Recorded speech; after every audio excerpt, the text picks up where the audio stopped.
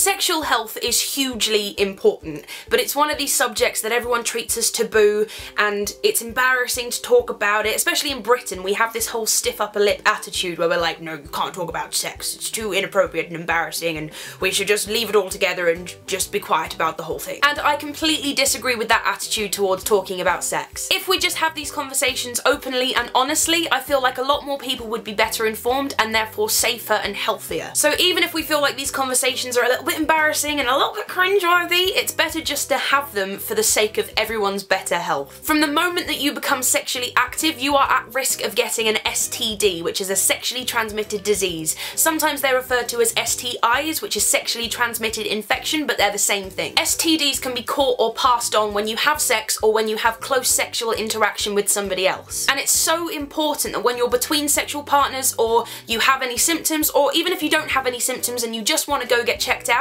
that we get tested for STDs. So I thought going to a clinic and getting tested was going to be one of the most embarrassing experiences of my life. Even though I have no symptoms and I would just be going to get tested for my own peace of mind, I thought this is going to be horrifyingly embarrassing and I'm going to hate every minute of it. But ultimately, I thought this is so important and I want to make sure that I'm healthy and okay. So I looked up sexual health clinics online and I found one literally in the next street to Les Mis, funnily enough. It's called the Dean Street Express and they offer free walk-in sexual health checkups. So on Monday, I headed into London a few hours early and I went to the Dean Street Express to get myself checked out. So the reason I'm sharing this with you is for a number of reasons. Number one, I just want to make sure that you all realise how important your health is, and that includes your sexual health. Number two, I thought that maybe if I shared my experience about getting tested, it might encourage some of you guys to go and get tested too if you've been putting it off, or you feel embarrassed about it, or in the worst case scenario, you've actually got symptoms and you're too embarrassed to tell anyone about them. But the third reason I wanted to tell you about my experience is because of the place that I went to get tested. The Dean Street Express in London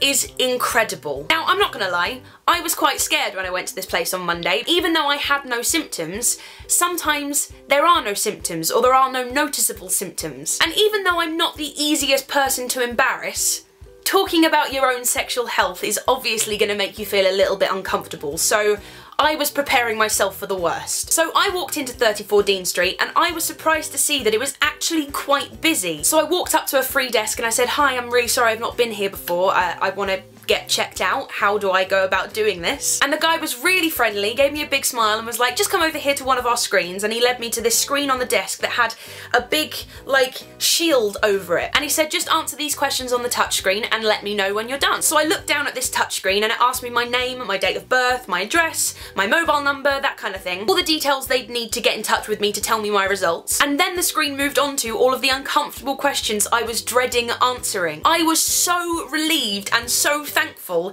that I didn't have to answer these questions face to face with another human being. I got to do it all through a silent touchscreen just by clicking yes or no or typing in answers. And I already knew by reading the FAQ page on their website that everything I was answering was confidential. When I was done answering the questions, I called the guy over and a label was printed out the other side of the screen. He took the label and then put it on a card and then gave me the card. And he said if ever I need to get tested again, I just come back to the Dean Street Express, scan my card, and they'll have all of my information on file and all of my past results. Another thing that I was worried about prior to getting tested was that I would be judged, but this made me feel like I was welcome to go back whenever I wanted, just for my own peace of mind, whether I had symptoms or not, and that they would always be there ready to help me should I ever need to go back. Then the guy behind the counter gave me a canister, and it looked like something out of a sci-fi movie. It's one of those canisters that you put in a tube and then the tube sucks it up and it goes to somewhere else in the building. Inside the canister was another tube that had a sterile swab in it. He gave me the canister and said go around the corner to the screen rooms, and in the rooms there will be a screen on the wall that plays a tutorial on loop